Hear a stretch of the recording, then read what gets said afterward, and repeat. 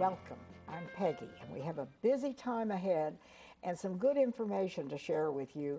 And today, to begin, Jim Brazil is here. He is General Manager of the Sharpshooters Indoor Range and Gun Club. And yes, he's got a gun here, not loaded. That's correct. We're going to talk about what we need to know. If you're going to own a gun, you've got to know what the law says, and you've got to know how to use it. And I thank you for coming. My pleasure. And you are, of course, had a career in law enforcement with the Sheriff's Office. Yes, ma'am. Retired from Greenville County Sheriff's Office. And so we're very pleased and honored to have you here. Thank you. And more and more people are getting guns, especially women are getting guns.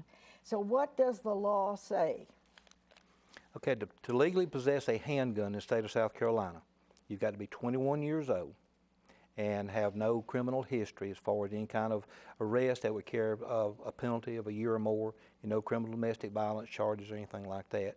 And if you buy through a gun dealer, that you must be able to pass the background check, which is the National Instant Criminals check that is computerized.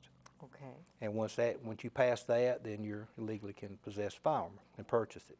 Now the other thing is the concealed weapon. That's another part of this, isn't it? Yes, ma'am. You do not have to have a concealed weapons permit in the state of South Carolina to keep a gun in your house or in your car, as long as you can legally possess that handgun. But now, if you want to carry that gun on or about your person, off of your property or outside your vehicle, then by law you must have the concealed weapons permit. So, for instance, if a woman wanted to have a gun in her handbag, maybe she works at night and comes out late or whatever, she has to have a permit in order to do that. That's correct. Beyond just owning the gun. That's correct. For her to be able to carry it in her purse out into what's called the general public, then she must have a permit, a concealed weapons permit. Okay. And she also has to have permission from her employer to have that weapon on the property while she's working. Okay. So you've got to check to be sure that all that you're doing, what is right. Correct. Now, what about learning? We have a right in this country to own a gun, to protect ourselves and our families. That's correct. The Constitution gave us that right. And those men that fought for this country and established this nation did it with great wisdom. That's right. But now it seems like it's gotten out of hand. I mean, you don't pick up the paper, but somebody's been shot every day. I'm convinced in my heart that anyone who really wants to do evil is going to find a way to do it, no matter what the law says. Well, it's been that way forever. That's nothing new about that. That's right. So just writing a law isn't going to... So what is the next step for law-abiding citizens? Well, the first thing the person's got to do is establish in their own heart, I'm not going to be a victim. My family is not going to be a victim. And then go about the proper way of buying a firearm, learning how to use it properly, becoming proficient with it, and then if you ever did have to use it for self-protection, self-defense, or defense of your family, or even an innocent bystander that's the general proximity of you, then with concealed weapons permit program, we cover the laws that says under these circumstances, then deadly force is justified. Okay. Now, learning to be proficient and be really knowledgeable, and you have to know it takes some practice, it takes some learning. Yes, ma'am, it really does. And you have classes? We do. On a regular basis? Yes, ma'am. We have what we call personal instruction, where somebody can come in, schedule it, and we'll take them back there with their own gun, or if they don't have a gun, they can use one of ours, and we'll spend an hour with them, and they'll shoot about 100 rounds of ammunition. And it's the basic, this is how you load the gun, this is how you unload the gun, this is how this gun operates, this is how you hold it, this is how you fire it, everything. So they do have an increased level of self-confidence when they leave there. But we say, but don't stop right there. You need to practice. You need to practice and practice to where you feel confident in your ability to use that gun. So if you did have to use it, and you had to discharge it in self-defense, that you know that you could hit what your intended target, would be. And the sharpshooters indoor range on Rutherford Road, and there are many such places around. So if whatever is near to you or what is convenient, but we do have a phone number, 864-292-5800, and you have these classes at all times. People can sign up. Yes, ma'am. We do the concealed weapons classes several different ways. A lot of people can't do an all-day Saturday class. So we offer them like this week on Tuesday and Thursday morning from 9 until 1, 2 4-hour sections. And then this coming Saturday, we have an 8-hour class. Well, so the thing to do is to just call that number and find out what is available that you might participate in. Now this, I've got these here. The police gave me these, gun locks. And that is important, isn't it? Yes, ma'am. If you're going to keep a gun around and you have small children at home or whatever, you need to have a gun lock. Of some kind, either a lock like that or a safe or something to where they can be Police gave me secured. these, so I thought they must be really proper. Oh, they are. They're very good at, what they're designed for. And somebody also said that these are free. That's right. And if you can You come give by. them away at, Yes, ma'am. at sharpshooters and the police also. That's correct. So there really isn't an excuse for not having one. If you have a That's gun, right. you need a gun lock. And even if you don't have a gun lock like that, when you buy a gun, if it comes in a case, a hard plastic case, you can take that plastic case, put a padlock through the handle on it, and the gun is secured that way. In fact, part of the things that we teach in that course is home safety, and that as a gun owner, a responsible gun owner, has got responsibilities to secure their firearms that they store in their home. There's a difference between being able to store a firearm, which is would be a gun or a rifle that you maybe only shoot 2 or 3 times a year for target practice or something like that. But once it's stored, then the gun should be secured in one location in your home and the ammunition in a separate location. That way, if a child or someone is in the home and they gain access to the gun, there's no ammunition, so there's no way you can have a negligent discharge. But in an emergency, if an intruder is coming into your house, by the time you go get the gun and you get the you might as well not have one. Well, that's why I say there's a difference between guns that you store and the ones that you keep and secure for your personal protection. Okay. The one that you have designated for your home protection, let's say. Yeah. Then that gun should be secured to where you, as a responsible gun owner, can gain access to it. If you had to in a hurry, but no one else could. But no child could Exactly. find it or that kind of thing. And so they make small little gun locks and cases that actually will read your fingerprint. You just lay your hand on it, it pops open, you can reach in and get the gun out or something like that. And we found that, everybody's home environment is different.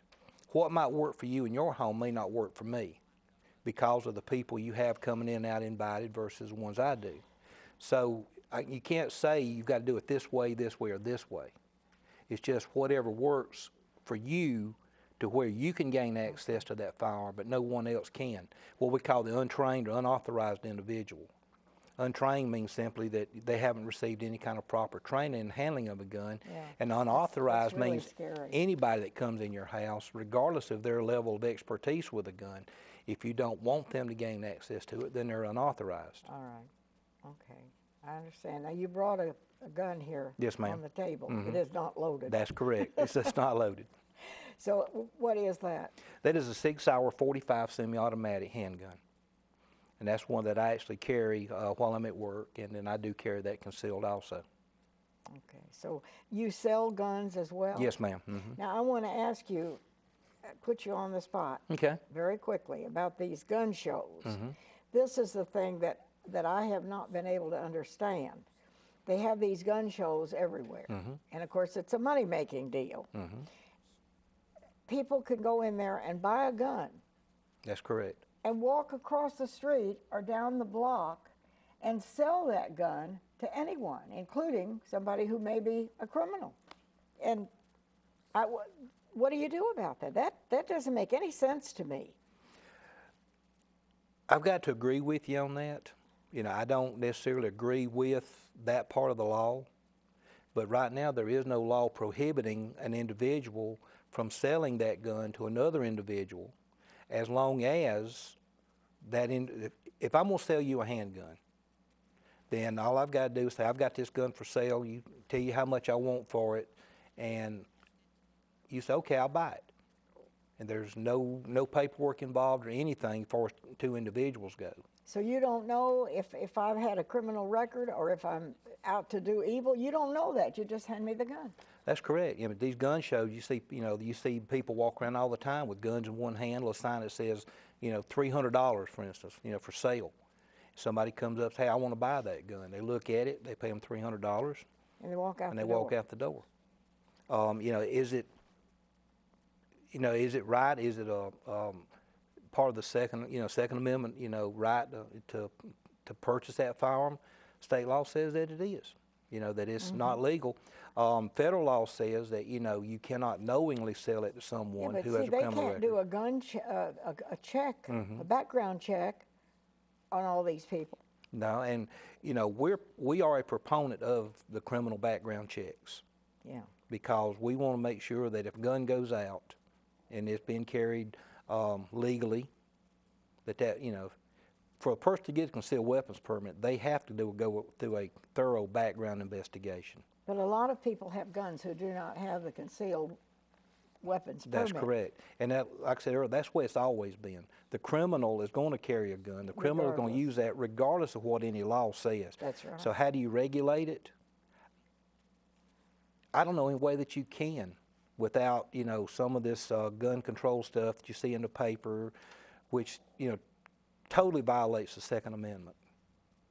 And so what we can do is we can take the law-abiding citizen, the one that's wanting a gun for the right purposes, for self-defense or just for hunting or whatever, and make sure that they're trained as much as we can offer. It's like old saying go, you can lead a horse to water, you can't make them drink it. Yeah. We offer the training. We have, several people that work with us. All of them are ex-law enforcement, military, or both. Okay. So we have the training available. All we ask is if you want to be a responsible gun owner, then be responsible and learn how to use that gun. Learn what the laws state as far as how you can carry that gun, and then be able to protect yourself and your family legally. So we have to be informed, and if you have a gun at home and you don't have a gun lock, they are free. And by all means, be sure you have one, and keep your guns safe from small children and people that shouldn't have them. That's correct. Yeah. Part of the thing that we teach, as far as young children go, is a simple 4-step process. All right. Because the worst thing you can tell a child if they say, can I touch that gun, is no. If they say, why? You say, well, because I said so. Yeah. That's the worst thing you work. can do. But we teach them, you tell that child or anybody that's, that you're wanting to work with on a gun, that no matter where you are, if you see something that looks like a gun laying somewhere, the first thing you do is you stop, you don't approach it, you turn around, you walk away from it, and you tell an adult, this is what I saw, this is, and let the adult take care of it. Well, if you are a gun owner and maybe you need a little practice, or if you've never had a gun and you're thinking about getting one, then you need people like Jim Brazil to help us all. From sharpshooters, I appreciate your coming and sharing your knowledge with us. It's my pleasure. And the main thing is for all of us to be informed and all of us to be safe. That's correct. Thank you, sir, for coming. Thank you. We'll be right back.